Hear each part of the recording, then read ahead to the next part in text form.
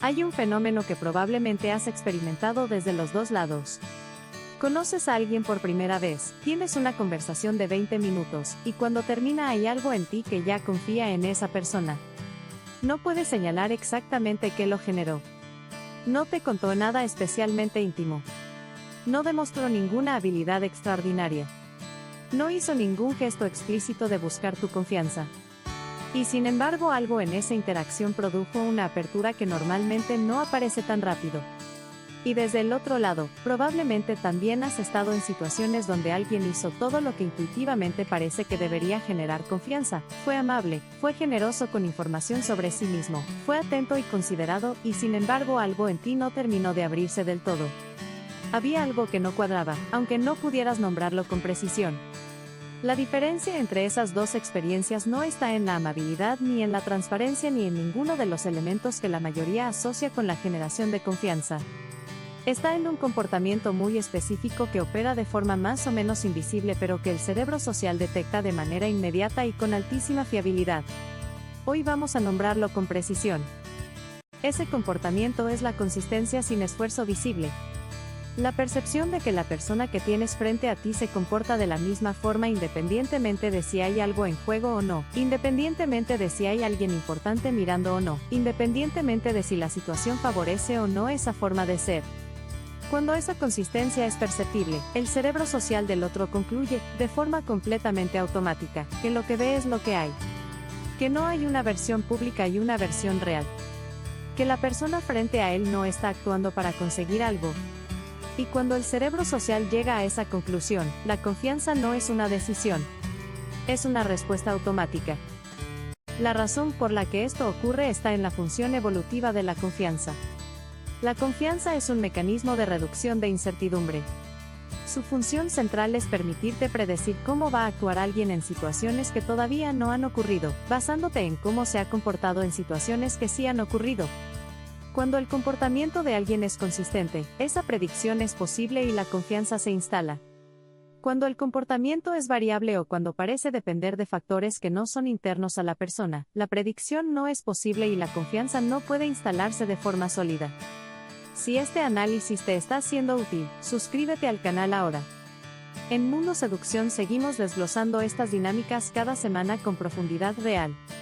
Vamos a los comportamientos concretos que más fuertemente comunican esa consistencia, y que por tanto generan confianza casi sin conocerse.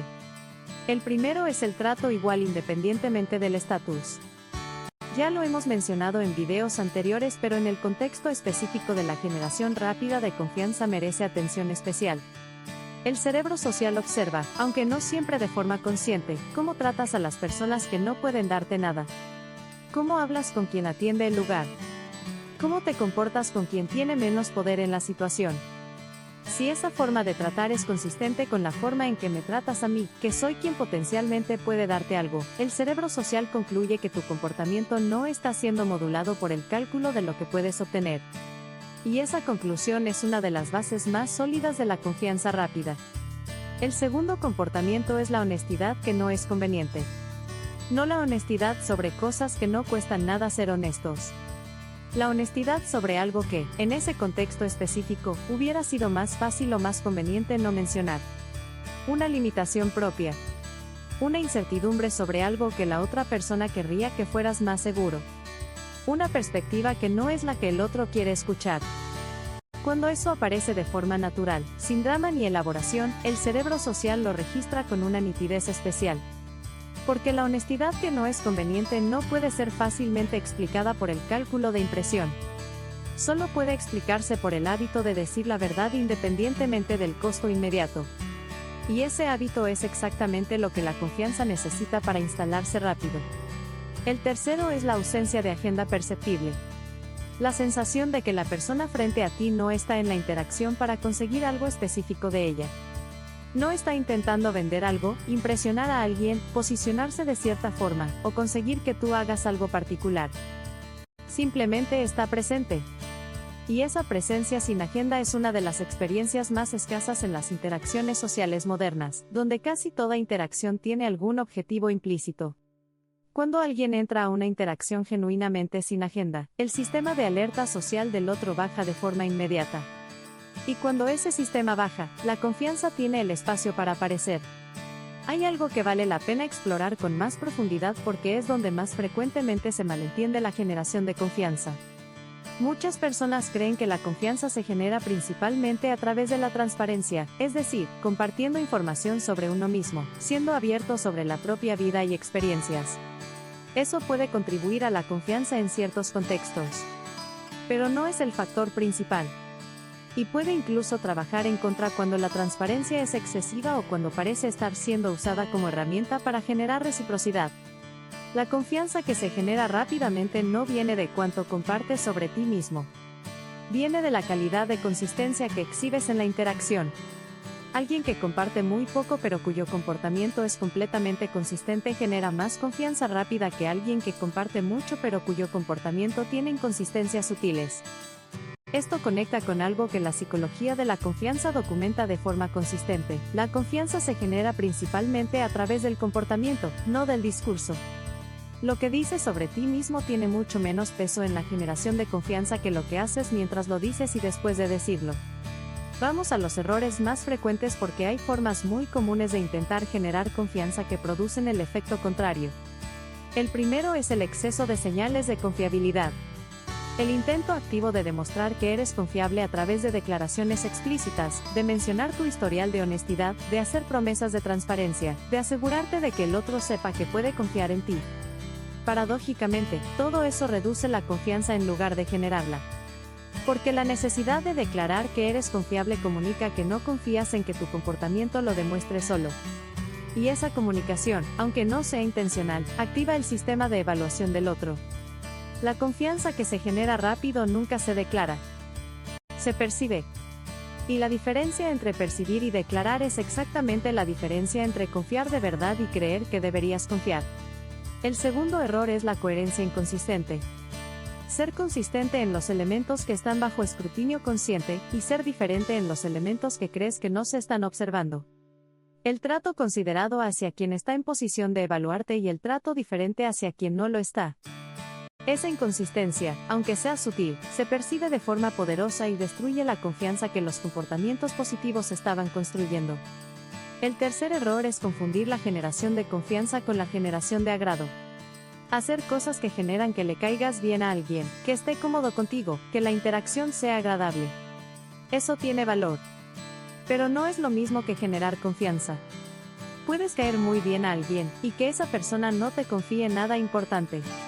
La confianza requiere algo más específico que el agrado, y ese algo más es exactamente la consistencia que hemos explorado hoy. ¿Cómo se trabaja este comportamiento de forma concreta? Lo primero es auditar honestamente la consistencia del propio trato hacia distintos tipos de personas.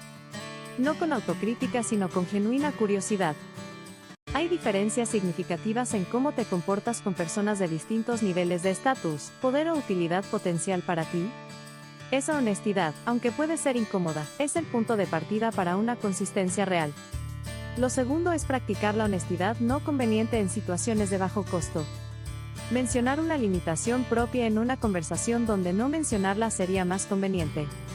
Decir no sé en lugar de dar una respuesta que no tienes completa seguridad de que sea correcta. Señalar una incertidumbre donde el otro esperaría confianza.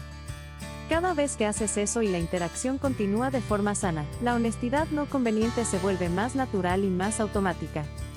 Lo tercero es desarrollar la conciencia de cuando estás en una interacción con agenda, aunque sea agenda positiva, y notar cómo esa agenda modula tu comportamiento. No para eliminar la agenda siempre, sino para ser consciente de cuando está presente, y cuando está afectando la autenticidad de lo que expresas. Esa conciencia es el primer paso hacia interacciones donde la presencia genuina es más frecuente que la presencia gestionada. Para cerrar, hay algo que sintetiza todo lo que vimos hoy. El comportamiento que hace que los demás confíen en ti sin conocerte mucho no es un conjunto de técnicas de generación de confianza. Es el resultado observable de una forma de ser que es consistente entre la versión pública y la versión privada, entre cómo te comportas cuando hay algo en juego, y cómo te comportas cuando no lo hay, entre lo que dices y lo que haces cuando nadie está verificando si son lo mismo. Cuando esa consistencia existe de forma genuina, la confianza no es algo que generas. Es algo que las personas perciben de forma automática en los primeros minutos de estar contigo. y una vez que la perciben, no necesitan tiempo ni información adicional para instalarla. En el próximo video vamos a explorar algo que conecta directamente con esta confianza y con todo lo que hemos trabajado en este ciclo. ¿Por qué las personas más admiradas nunca compiten con nadie? ¿Y qué dice esa ausencia de competencia sobre el tipo de solidez interna que genera admiración genuina sin ningún esfuerzo? Dale clic cuando termines este